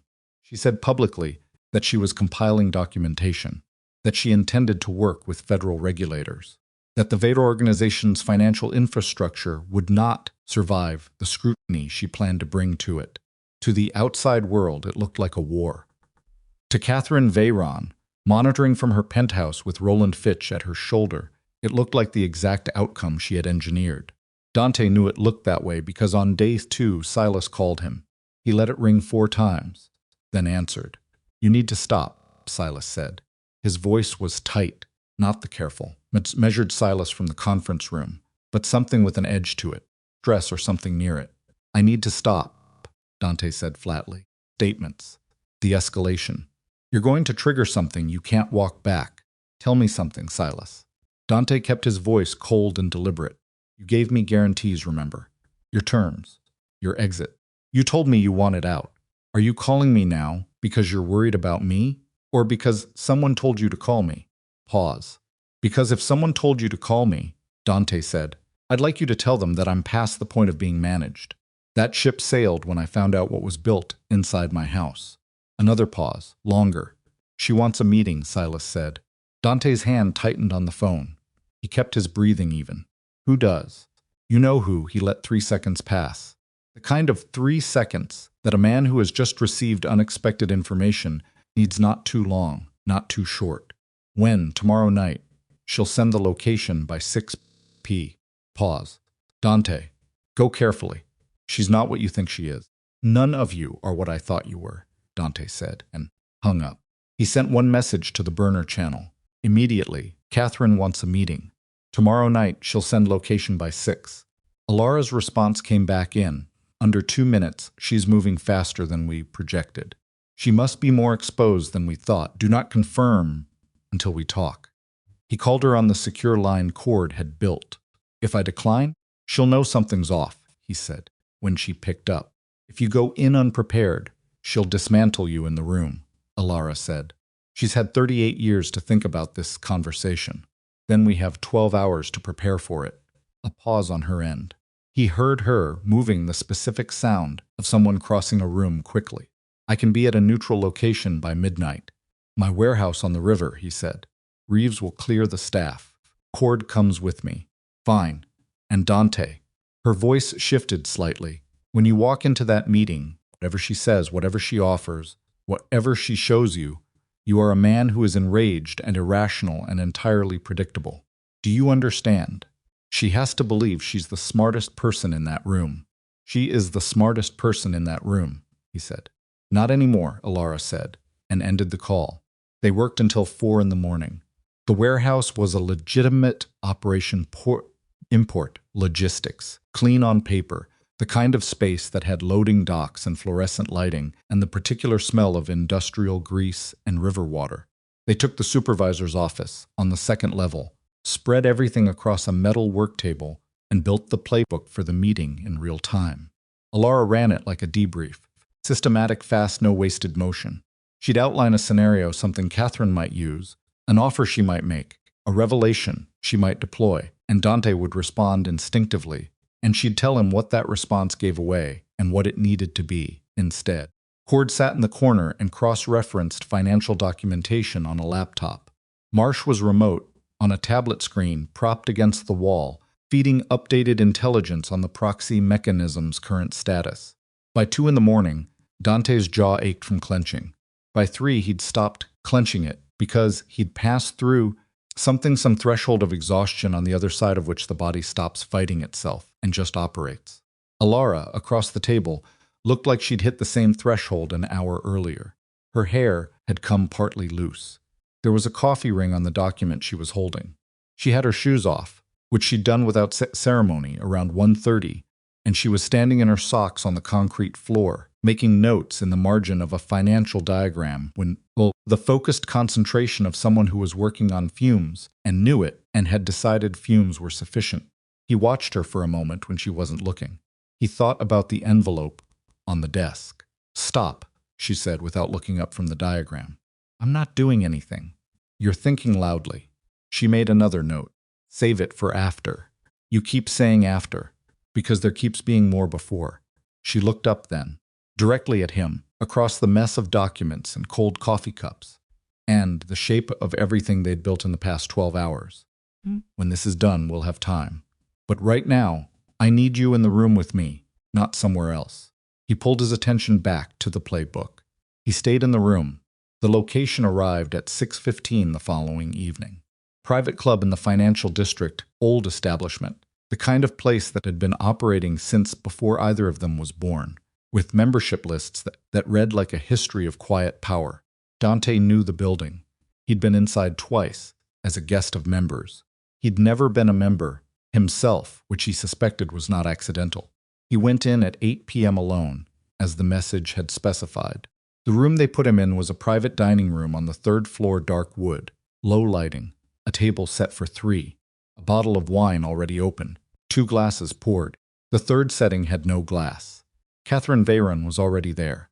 She looked exactly as she had in the surveillance photograph, white hair, angular face, the posture of a woman who had spent a lifetime being the most important person in rooms that didn't acknowledge it. She was wearing dark blue, something simple and expensive, and she had her hands folded on the table in front of her in a way that suggested she had been sitting this way, in perfect stillness for some time. Marcus was beside her. Dante hadn't expected Marcus. He absorbed the surprise in the half-second between the door opening and his first step into the room, and by the time he crossed to the table, his face was wearing the expression Alara had told him to wear: controlled rage, barely contained, the look of a man who has agreed to talk when every instinct is telling him not to. "Sit down, Dante," Catherine said. Her voice was warm, genuinely warm, not perform the kind of warmth that comes from a person who has decided that warmth is a useful tool, and has used it so long it's become real. He sat. He looked at Marcus. Marcus looked back at him with an expression that was somewhere between guilt and defiance, the expression of a man who has done something he believes was necessary and is still working out whether he believes that. "You wanted to talk," Dante said. To Catherine. Not to Marcus, a deliberate choice, because Alara had told him to establish early that he understood who was running this. Catherine's eyes registered that. A small shift, quickly smooth. "I want to end this before it becomes something none of us can recover from," she said. "You should have thought about that before you spent 4 years building it." "I spent 4 years protecting what this family built," she said evenly. "You married a Whitmore, Dante. Do you understand what that means? The Whitmore family's interests and the Veyron family's interests have been in structural conflict for 60 years. Bringing a Whitmore woman into your household wasn't a personal decision. It was a strategic vulnerability that she was protecting me," he said. The same thing he'd said to Silas. "Every intelligence operation she ran from inside my house was protection. Every warning she gave me was accurate. Every adjustment she made to my security, every piece of information she gathered," Catherine said, "went to the Whitmore Intelligence Network, which is run by people whose long-term interests do not align with yours. She may have been protecting you. She was also, whether she knew it or not, feeding a pipeline that benefits her family's position over yours." He looked at her. He thought about Alara in the warehouse, shoes off, working until 4 in the morning on his behalf. He thought about what Alara had told him. "She has 38 years. She has an answer for everything. Your job is to be the man who doesn't know that yet." "What are you offering?" he said. Catherine's expression settled into something that might have been satisfaction, controlled, professional. "But there. Clean restructure. The organization remains intact. Your operational role continues under a revised governance structure. Marcus takes a seat at the top of that structure, which is appropriate given his founding role. The Whitmore connection is formally severed, legally, operationally, publicly." She paused. "You walk away from this with your life intact and your enterprises functioning. That is not a small offer. And if I don't take it, corporate filings proceed," she said simply. "The proxy mechanism completes.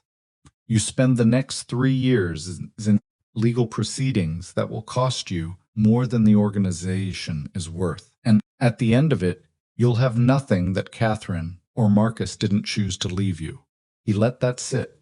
He looked at Marcus. "Say something," he said to his uncle. Marcus looked at the table, then at Dante. His face was doing something complicated. The guilt-defiance expression had shifted into something that was almost, but not quite, regret. "I built this organization before you were old enough to understand what it was. I handed it to you because you had the capacity to run it. But you made decisions." "You made decisions," Dante said. "You decided I was taking it in the wrong direction. You decided Catherine's 40-year grievance was more legitimate than the organization I spent 15 years building. You decided to use the man I trusted most to construct a false case against my wife." His voice stayed even. He was working very hard to keep it even. "Don't talk to me about decisions, Dante," Catherine said. "I want to hear him," Dante said. "I want to hear my uncle explain it." Marcus's jaw tightened. The Whitmore alliance was going to bring federal scrutiny we couldn't survive. "It's not ideology. That's math. Catherine identified the risk years before you even met the woman. We tried to find another way. There wasn't one. So you manufactured evidence. We removed a variable." Dante looked at him for a long moment. "She's your wife," he said. "You removed a human being like she was a variable in a spreadsheet. You used Silas to construct a lie. You used that lie to end a marriage. And you did it because 38 years ago, your wife's family lost a business dispute, and she decided that the correct response was to spend 4 decades building a mechanism to take everything back. He paused. And you helped her. Marcus said nothing. Did you love her? Dante said. At any point. Actually love her? Or was she always the architect, and you were always the mechanism? Question landed visibly. Something moved across Marcus's face that Dante hadn't expected, something genuine, painful. The face of a man who has asked himself the same question and doesn't have a clean answer. Catherine cut in smoothly. This isn't productive. I'm making it productive, Dante said.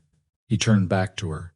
Given me the offer. I want to understand who I'm dealing with before I respond to it.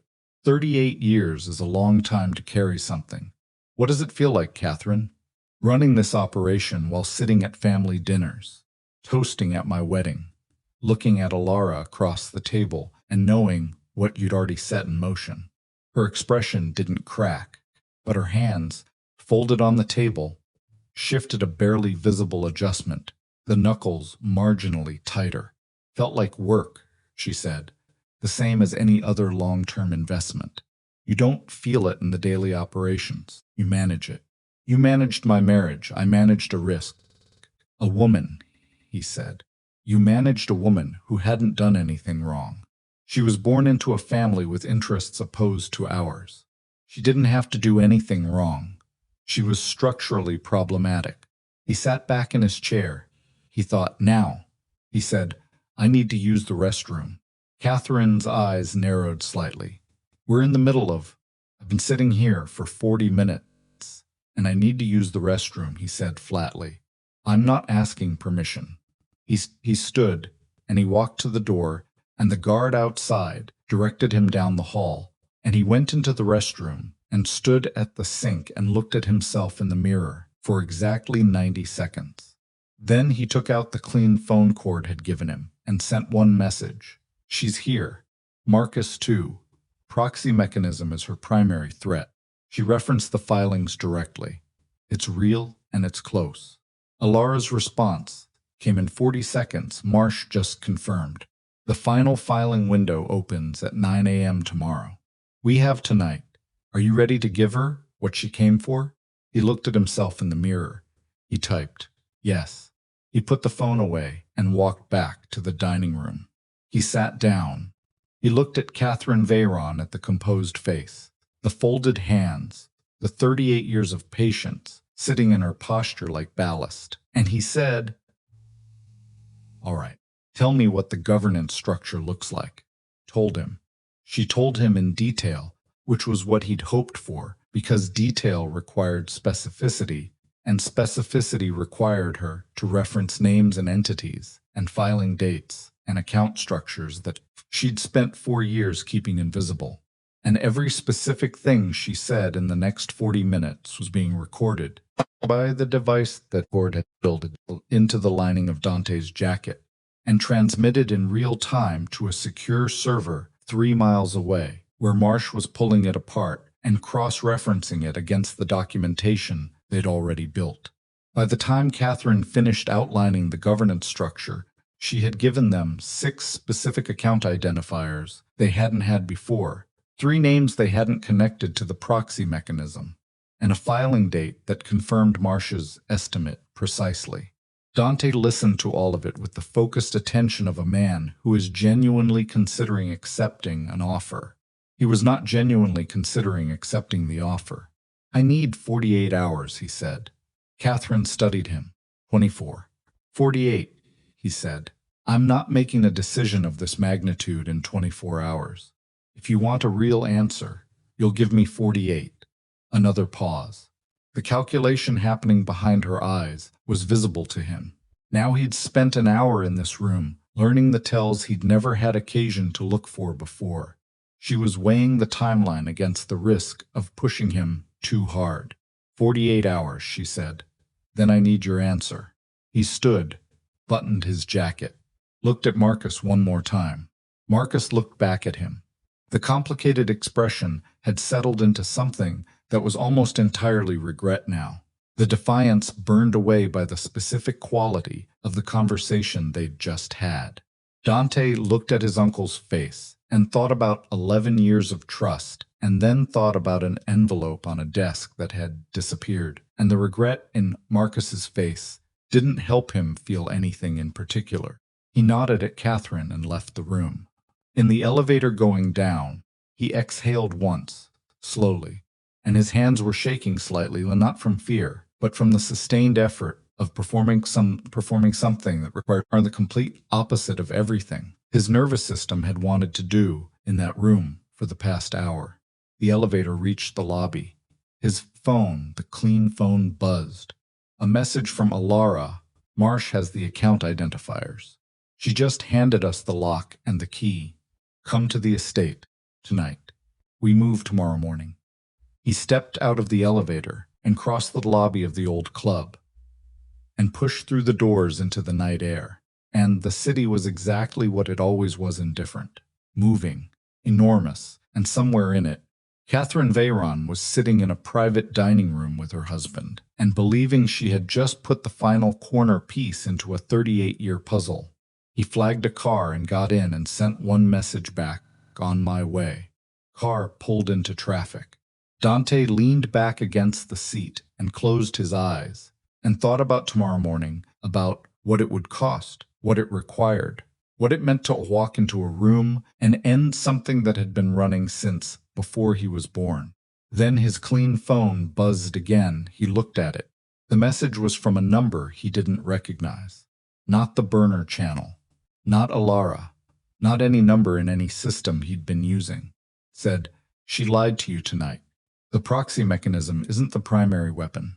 Check what was filed in Delaware 3 days ago. She doesn't need 48 hours. She already moved." He stared at the screen. The car moved through the night. His heartbeat was loud and specific in his ears, and he typed back to the unknown number, "Who is this?" Response came in seconds. "Silas, I'm done waiting for guarantees. The Delaware filing is already complete. You have until 6 a.m. before it activates. Whatever you're planning, you need to move it up." Dante sat in the back of the moving car, with the city sliding past the windows and the message on the screen, and the specific physical sensation of a clock he hadn't known was running suddenly, making itself felt in his chest. He called Alara. She picked up before the first ring finished. "I know," she said. "Marsh just found it. It's real." A pause, and in the pause he heard her breathing fast, controlled, the breathing of someone who has encountered an obstacle and is already routing around it. "We don't have until morning." "How long?" 6 hours, she said. "Maybe less." The car kept moving. 6 hours to end 38 years. He called Alara back before the first message had finished loading. "The Delaware filing," he said, the moment she picked up. What exactly was filed? "A petition for emergency receivership," she said. Her voice was tight but controlled, the voice of someone who has already moved past the shock of the information and is operating inside the problem. "Against 3 of your primary holding companies simultaneously. If it activates at 6 a.m., a court-appointed receiver takes operational control of the assets pending review." Which means Catherine doesn't need your agreement. She doesn't need the 48 hours.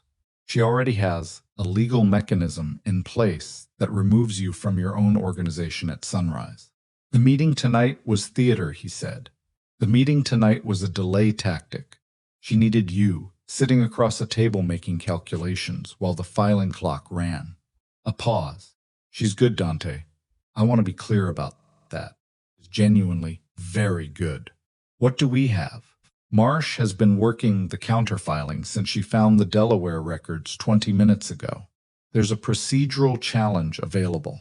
The receivership petition requires a supporting affidavit from a licensed financial examiner, and the examiner Catherine used has a conflict of interest we can document. It's not a kill shot. It's a delay." "How long a delay?" 72 hours if we file the challenge before 5 a.m. Enough time to get the full evidence package in front of a federal prosecutor." Her voice shifted slightly. "But Dante, the challenge has to come from inside the legitimate corporate structure. It has to come from an officer of record of the holding companies. That's me, he said. That's you. Which means you need to be physically present at a notary before 5 a.m. to execute the filing. Another pause. And it means we release the full evidence package tonight. Everything. The forged documents, the financial transfers, the recorded conversation from the club, the 4-year audit trail. All of it, we don't hold anything back. He looked out the car window at the city moving past. If we release everything tonight, he said, Catherine will know within the hour that the meeting was a setup. Yes, she'll move to protect herself. She'll try, Alara said, which is why Cord is already at Marcus's building. He turned away from the window. What? Marcus, she said carefully, is not the target tonight. Catherine is. And Marcus, whatever he is, whatever he's done, he gave you Silas.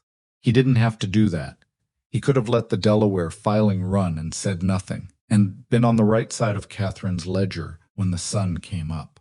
A pause. He chose not to. I think that means something. Dante sat with that for a moment. He thought about the expression on Marcus's face in the dining room, the regret that had burned through the defiance by the end of the hour, the specific quality of a man sitting next to a woman he'd followed into something he no longer entirely believed in. What does Cord need from Marcus, he said. Catherine's personal financial records, the ones she keeps separate from the corporate structure, the accounts, the proxy mechanism pulls from, the ones that would show the 38-year accumulation of resources she used to build this. Marcus has access. He's always had access. She trusted him with everything because she built him into everything. A pause. If he gives us those records, the evidence package is complete, not just damaging prosecutable. And if he doesn't, we file what we have and hope it's enough. She was quiet for a moment. Think he will. Dante looked at the seat in front of him, at his own hands, which had stopped shaking. The trembling from the elevator had resolved into something steadier, not calm exactly, but the particular focused quality that arrives on the other side of too much adrenaline, when the body runs out of emergency chemicals and starts operating on something more basic. Tell Cord to go in, he said. Already moving, she said. I need a notary. Marsh has one standing by. She's been on call for 2 hours.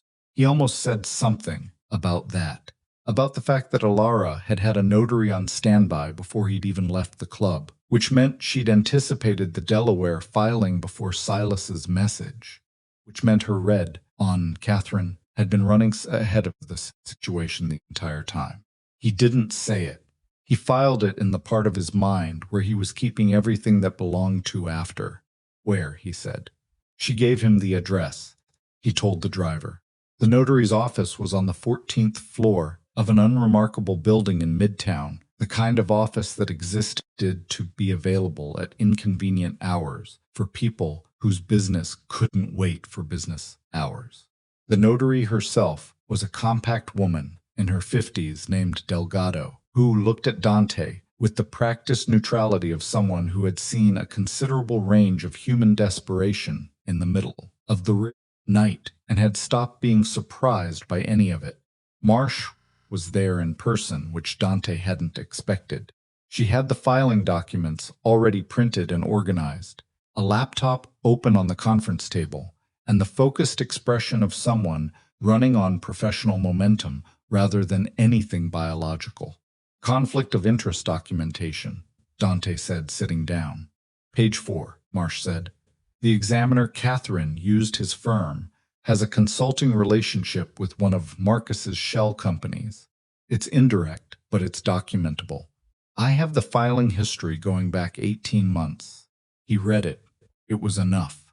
Not elegant, not airtight, but enough to trigger a procedural challenge that a judge would have to review before the receivership activated. He signed where Delgado indicated. Initialed 3 pages. Signed again. Delgado notarized, stamped, filed a physical copy with her records, and handed Dante his copies with the wordless efficiency of a woman who had other clients and preferred to return to them. Marsh had the electronic filing submitted at 4:47 a. 13 minutes before the window would have closed. Dante sat back in the conference chair and breathed. "Challenge is in," Marsh said, looking at her screen. 72-hour hold on the receivership activation. "Clock starts now." She looked at him. "Cord just messaged." Marcus gave him the records. He closed his eyes for 1 second. "Open them." "All of them?" he said. "All of them. 38 years of personal financial architecture. Catherine's original family accounts, the accumulation vehicles, the resources she used to fund the proxy mechanism." Marsh's voice was professionally flat, but there was something underneath it. "It's everything, Mr. Veyron. With this and what we recorded tonight, the federal package is complete." He stood up. His body registered the hour, the specific exhaustion of 4 a.m. after a day that had started before sunrise the previous morning. But it was distant, manageable. "Get it to the prosecutor," he said. "The federal contact Alara has been managing. Send it now, before Catherine realizes what Marcus did." "Sending," Marsh said. He picked up the clean phone, called Alara. "It's done."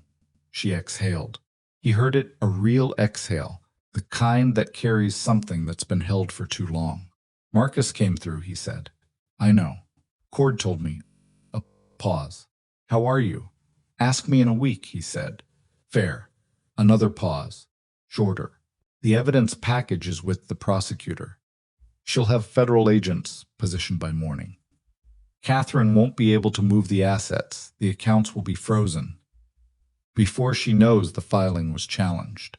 Her voice was quieter now, the operational pace decelerating slightly. "It's over, Dante. The large version of it anyway." "The small version," he said. "The small version takes longer," she said. He knew what she meant.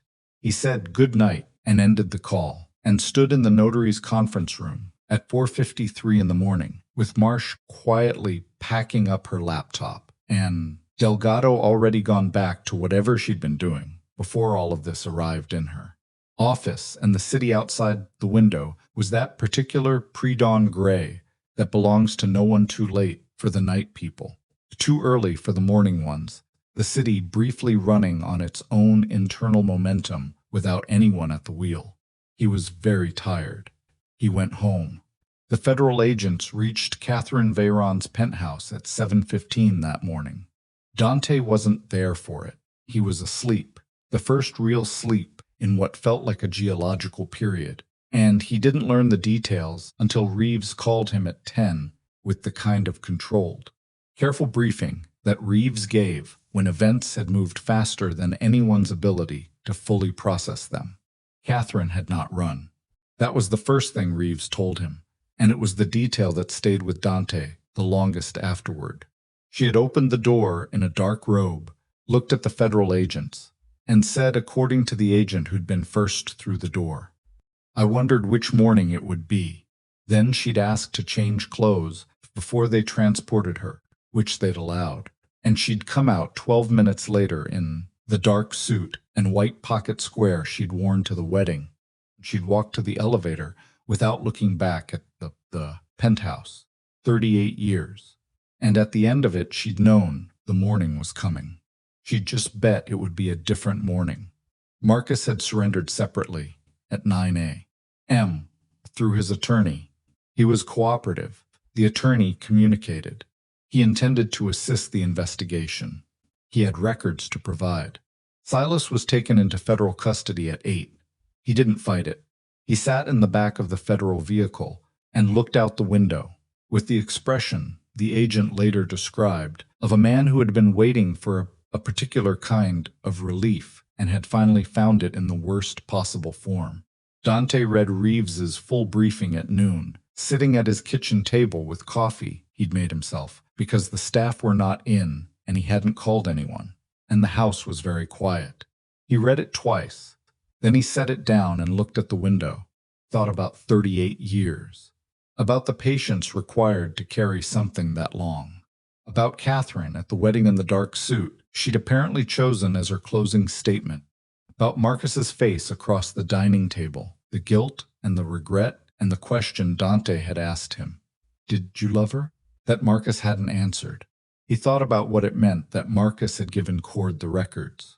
That in the last possible window, with everything on the line, his uncle had made a different choice than the one Catherine spent 38 years building him toward. He didn't know yet what to do with that. He suspected it was going to take a while to figure out. The organizational work took 3 weeks. It was not glamorous.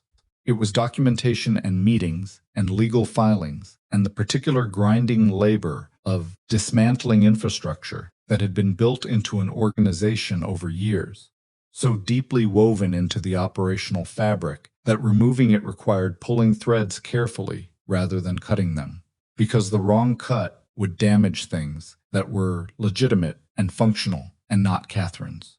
Dante brought in 2 outside advisors, people with no prior connection to the organization, to audit the inner council and identify the positions that had been compromised versus the positions that had simply been working, alongside a compromised structure without knowing it.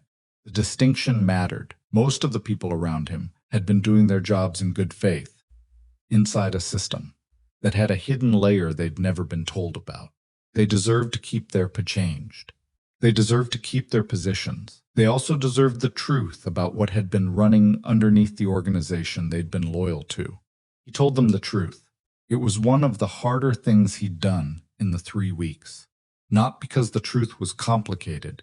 It was actually very simple in the end, but because the faces in the room when he told it carried a particular kind of injury. The injury of people who had trusted the structure around them and discovered the structure had a room they'd never known about. He watched those faces and thought, I know exactly what that feels like. He promoted Reeves to a new role with a broader mandate and a different title.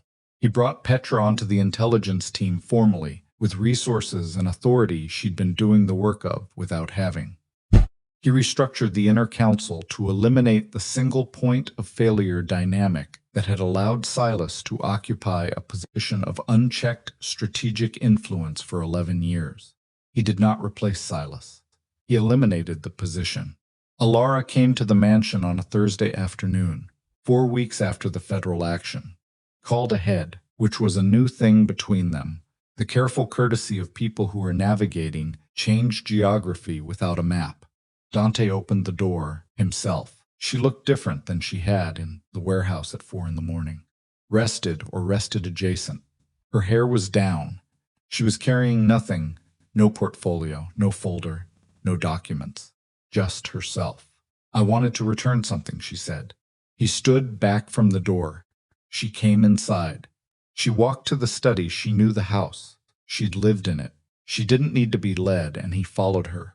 The room looked different to him than it had on the night of the divorce. He'd rearranged some things, moved the desk to a different position. Small changes that he hadn't consciously decided to make, that had happened because the room needed to be different from what it had been that night. She stopped in front of the desk. She reached into the pocket of her jacket and placed something on the desk. It was the wedding ring, small, precise, placed with the same deliberate care as the night she'd left it. He looked at it. He looked at her. I've been thinking, she said, about what we built. Not the operation, not the past 4 weeks. Before that, 5 years. She was looking at the ring on the desk. There were real things in it. You know that. I know that, he said. There were also real failures, not just yours. She looked up at him. I kept things from you. Some of it was necessary, and some of it was habit. The Whitmore habit of managing information, of deciding what other people need to know and when. It wasn't always strategic. Sometimes it was just who I am. She paused. I'm telling you that because I think you deserve an honest accounting, not just of what was done to you, but of what I contributed. He was quiet for a moment. The envelope, he said. The envelope, she agreed. If Silas didn't take it, he said carefully, and if I had found it, read it 7 months ago. He stopped, started again. I don't know if I would have believed you. I want to tell you I would have. But I'd been under Silas's management for 4 years by that point, and I don't know how clean my thinking actually was. She looked at him steadily. That's an honest answer. I'm trying to give you those. She was quiet. She looked at the ring on the desk. Then she looked at him again, with the particular directness she'd always had. The quality that had, early in their marriage, sometimes felt like pressure, and he now understood, had always been just the way she looked at things she actually wanted to see. I'm not here to put it back on, she said. I know. I'm not here to start where we left off. There's no version of that which is honest. She paused. What I am here to do is tell you that I'm staying in the city. My family's operations here are expanding, and my role in that is real. I'm not disappearing, and I'm not interested in pretending that what happened between us didn't happen, or that the 4 weeks after it didn't happen, or that the person I am now is this person who moved into this house 5 years ago. She's not, he said, and neither is the person who moved into this house. She tilted her head slightly, acknowledging. So, he said. So, she said. He reached out and picked up the ring from the desk. He held it in his palm and looked at it for a moment, the weight of it, which was real, and the weight of what it represented, which was something more complicated than the metal itself. Put it in his own pocket. She watched him do it. Someday, he said, and he heard, as he said it, the echo of the word from the night of the divorce, from the sentence she'd said quietly across the desk while he'd refused to look at her, the sentence that had turned out to be exactly true. I'm going to give that back to you. Not to ask for the version of us that already happened, the version that hasn't happened yet. She was quiet for long enough that he thought she might not respond. Then, that's a longer conversation than today. I know. I'm not saying no, she said. I'm not asking yes or no, he said. I'm just telling you where I am. She looked at him for another moment.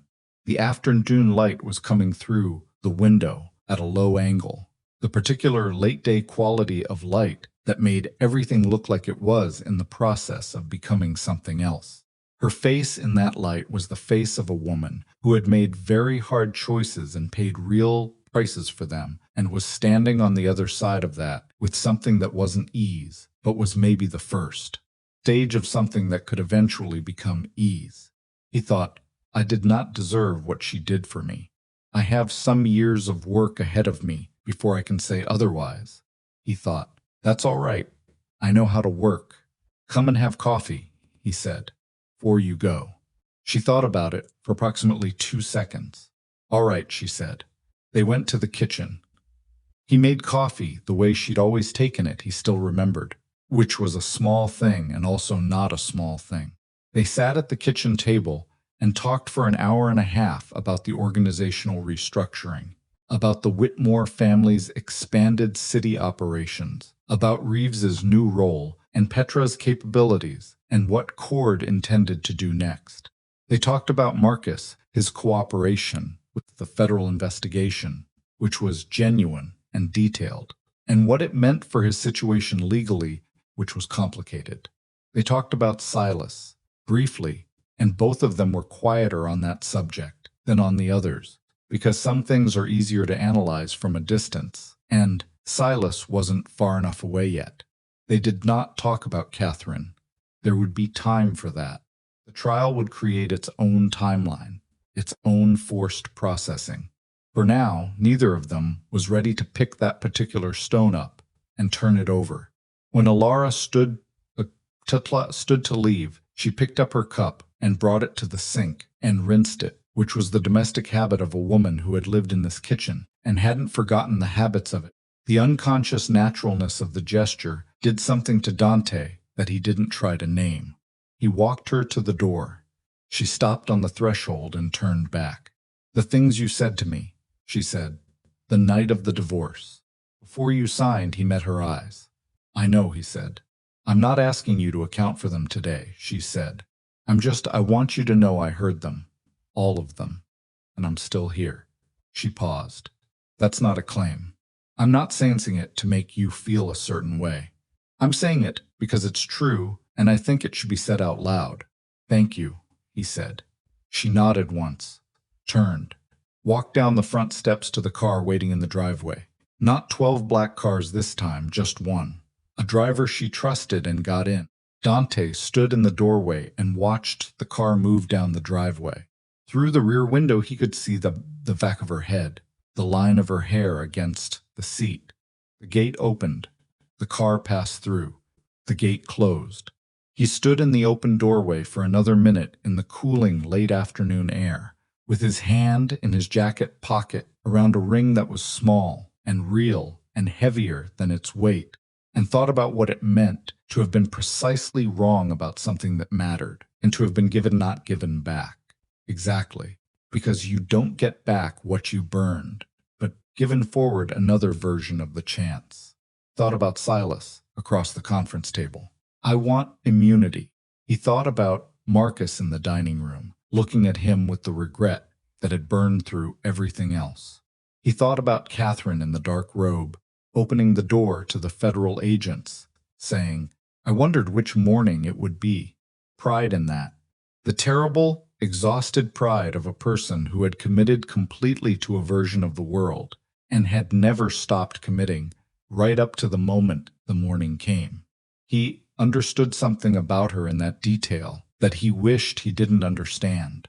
The thing that makes someone capable of 38 years is not malice alone. It's a story they're living inside of, a story in which their cause is just, and their method is the only available method, and the people in the way are obstacles rather than people.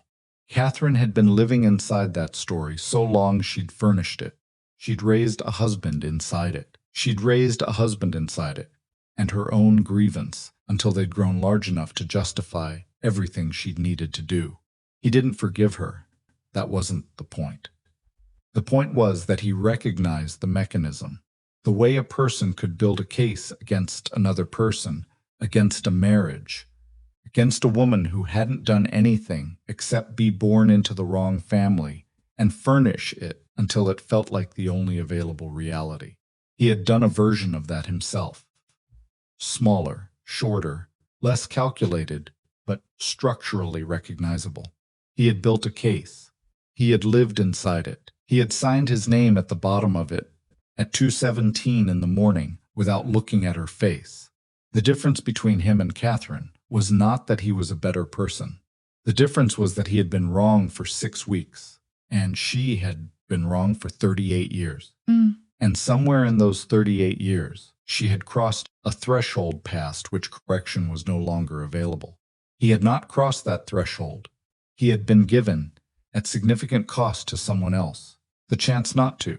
He went back inside. He closed the door behind him. The house was quiet in the way houses go quiet when they've held a lot of noise, and the noise has finally settled, not empty, just resting. He walked through to the study and stood at the desk. The surface was clear. The divorce papers were long gone, filed somewhere in a lawyer's office. Part of a legal record that Catherine's attorneys would now be picking apart for any instrument they could use in the defense that wasn't going to work. The surface was just wood. He opened the desk drawer. He placed the wedding ring in the drawer, in the back, not prominent, not displayed, just present, the way certain things need to be present without being performed. Closed the drawer. He stood at the desk for a moment. Then he went to make dinner, nothing elaborate, just the basic work of feeding himself at the end of a long several weeks. The ordinary labor of a person who is still here and intends to stay here and is taking it one day at a time until the days add up to something new. As outside, the city moved in its perpetual rhythms. The gate at the end of the driveway stood closed and ordinary against the evening sky. And in the kitchen of a house that had seen the worst of what he was and the best of what she was, and the long, complicated distance between those two things, Dante Veyron made himself dinner and let the quiet be what it was not, an absence, the sound of something that had been running very loud for a very long time, finally slowly learning how to stop. He ate alone that night, which was not unusual, but felt different than it had before. Not the alone of a man who has closed himself off, but the alone of a man who is between things. The particular alone of a cleared table after a long meal, before the next one is set. He washed the dishes himself, Another small domestic act that no one would witness, and that mattered for exactly that reason. The warm water, the ordinary weight of the pan, the window above the sink showing him a rectangle of night sky with 2 stars visible through the city light. He was still standing at that window when his phone buzzed. Reeves. A brief message. Federal prosecutor confirms all charges filed. Catherine Veyron, Marcus Veyron, Roland Fitch. Silas Mercer cooperating witness. Terms pending. No further action required from you tonight. He read it once. He set the phone face down on the counter. No further action required. Stood with that for a moment, the strange lightness of it, the unfamiliar quality of a night that didn't require him to do anything except be inside it. He turned off the kitchen light and went to bed. He slept without dreaming, which was the best sleep he'd had in a year. 3 months passed. Not quietly. Nothing in his world passed quietly, but without the specific texture of crisis. The federal case moved through its procedural stages with the grinding, unsentimental efficiency of a legal system that had been handed a very complete evidence package and knew what to do with it. Catherine's attorneys were good. They were not good enough. The 38-year financial architecture, once exposed to daylight, was exactly what it looked like. Meticulous, damning, and not survivable in court.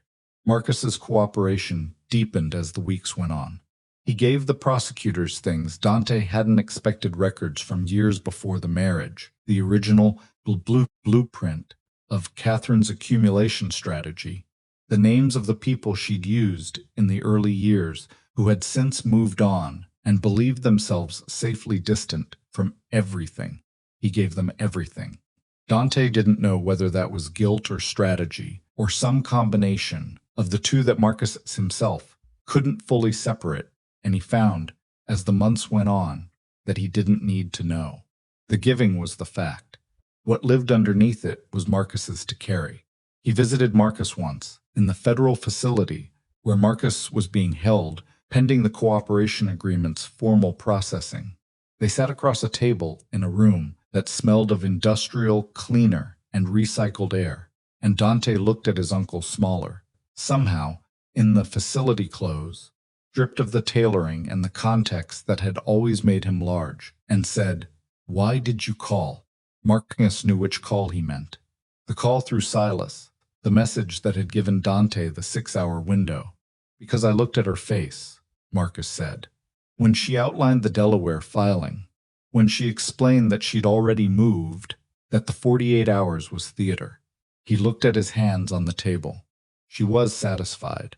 And I'd seen her satisfied before at the end of a good quarter, when a deal closed the right way. This was different. This was the satisfaction of someone crossing off the last item on a list they'd been keeping since before you were born. He paused. "And I thought about you at that table tonight. The way you looked when you asked me, did I love her?" Another pause. Longer. "I didn't have an answer. I've been trying to find one for 3 months. Dante said nothing. "I think I did," Marcus said. "In the beginning. Before the story she was living in got large enough to need everything else."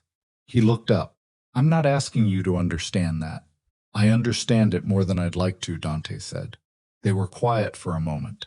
The room had the specific silence of places where hard things are said regularly. A silence already broken in, already accustomed to wait. "The organization," Marcus said. "Is it standing?" "Standing," Dante said. "Good." He looked back at his hands. "It deserved better stewardship than it got from me." Dante stood. He didn't offer a handshake.